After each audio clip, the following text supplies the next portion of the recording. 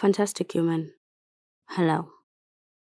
Today we're looking at Tiimo or Tiimo, the planner app that won the App Store's iPhone App of the Year award.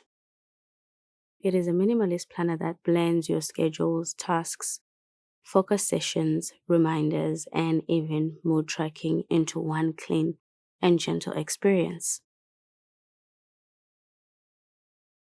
The app works across iOS, iPad, macOS, the Apple Silicon ones, and even has a surprisingly capable web version. Pricing sits between $7 and $12 per month, or about $29 to $54 a year. Explanations for all the prices would help, but Apple doesn't give us that, so. Tiimo has a full month free trial, so you have enough time to really feel how it fits into your everyday life before you commit. I love when apps give you that kind of space. Let's begin with something Tiimo gets absolutely right: migration. Especially if you're coming from Apple reminders like I am. Well, not that I'm switching, but I'm just saying if you're using Apple reminders, we can import your existing lists in just a few taps. It's smooth and genuinely helpful because it lets you immediately see how Tiimo approaches tasks differently. Even though there isn't a strict hierarchy inside the app for your imported to-dos, which you're probably used to in Apple reminders, everything still links back to Apple reminders. I like this because you can easily return to your tasks and see them in context with the rest of your work whenever you need to. So you don't really have any organization, but you can still go back to Apple reminders very easily. A lot of people hesitate to switch planners, to switch their planning apps, because they don't want to rebuild everything from scratch. And this just removes that barrier, the fact that you can import everything. You can also import events from Apple Calendar, which I don't really have a lot of. Imports in the app work per device. For example, I chose to focus on the iPad version of the app, so I only imported events on this iPad and kept the iPhone clean. I found this surprisingly useful because sometimes one device just becomes your planning sanctuary, and Tiimo respects that instead of forcing everything to sync everywhere. This only becomes a problem if you want the imports on all your devices. You'll have to do the initial setup for each and every one of your devices, which can be a painful process, but you only do it once. Now let's talk about design, because this is where Timo's personality really comes alive. There are no heavy menus or long lists fighting for your attention. Instead, you get a gentle little menu at the bottom of the screen that you hardly notice. It could be the icons, their color, maybe both. The point is, you forget it's even there. And I mean that in the best way. This calm design makes the app incredibly easy to live with. You never feel overwhelmed, and that's something I think more productivity apps should aim for. One of the smartest decisions Tiimo makes is separating your to-dos from your daily schedule. We don't always plan tasks the moment we think of them. Sometimes you just want to write it down and deal with it later. And Tiimo gives you mind space for that. I really like this about the app.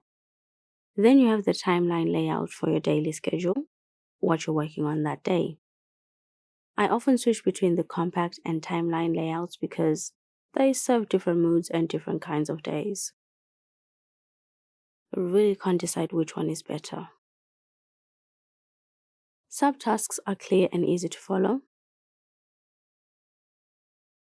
and completed tasks look satisfying at the bottom with a clean strikeout.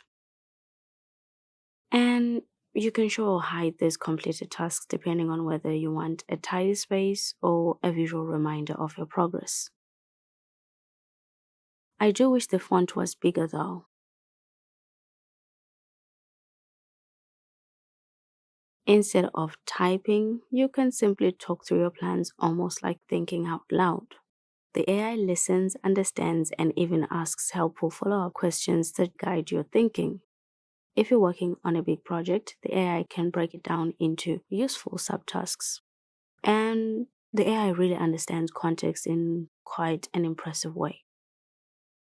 Of course, if you enjoy manual planning, everything is still there. Colors and emojis for your task icon. I love them because, you know, you can make your tasks visual in a way that feels personal. A little color does wonders for clarity. You also get start and end times for events.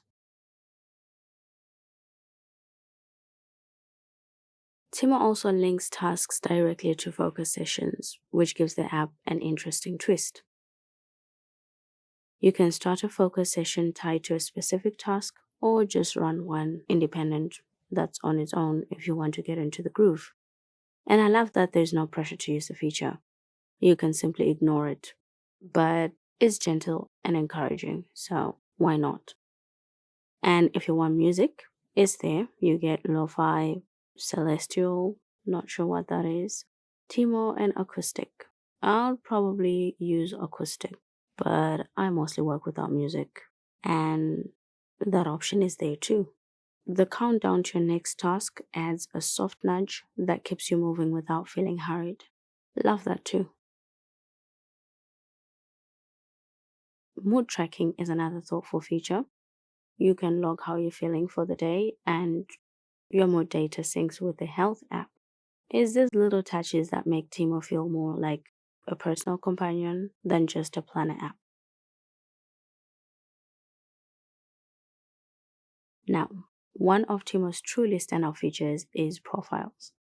This is perfect if you share your device with someone else, like I do. I use my phone with my husband, share the same phone with my husband. It makes sense to have each person have their own space to plan that is independent of the other person. This is an incredibly practical feature. Now let's shift into what Tiimo doesn't quite get right, because no app is perfect, right? Theme customization is limited, but maybe that's part of the app's minimalism. On the iPhone, themes work well enough, but in iPadOS 26, they're broken. We couldn't change the color in any way. But for the iPhone, where it works, it doesn't seem to do much. The background doesn't change, only the focus dial picks up the color you choose. It's not really a theme in the full sense.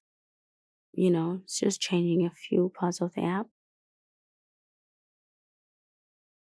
And fonts, most apps don't really have font options, so maybe two is enough. The app icon is the most customizable, which doesn't make a lot of sense. I mean, there are better spaces that need personality more than an icon. So, if you love personalization, this may feel restrictive, but then again, it's quite minimalist. So, maybe that's just part of the package. Responsiveness is another issue on the iPad. Sometimes you tap a couple of times and nothing happens. Literally, nothing happens. It just gets stuck there. And there was a time when it just randomly started playing music, but I was stuck on one screen.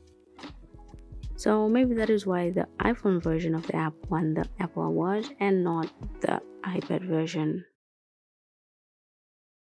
Tags also feel underdeveloped. You can add them while creating tasks, but there isn't a dedicated page or filter tab where you can instantly access everything under a specific tag.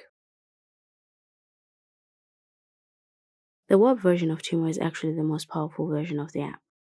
You get a full calendar with a daily, a 3-day, weekly, and monthly view, along with a functional sidebar that's more flexible than anything on an iPad or iPhone. This is the moment Tiimo finally makes complete sense as a cross-platform tool. If anything, the web version makes me excited for what the iPad version could become. After trying Tiimo across devices, here's how I would sum it up. It's an exciting planner that feels gentle, spacious, and visually calm.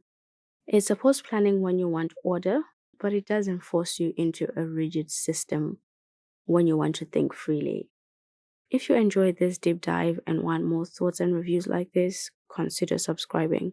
And until next time, fantastic human, stay fantastic.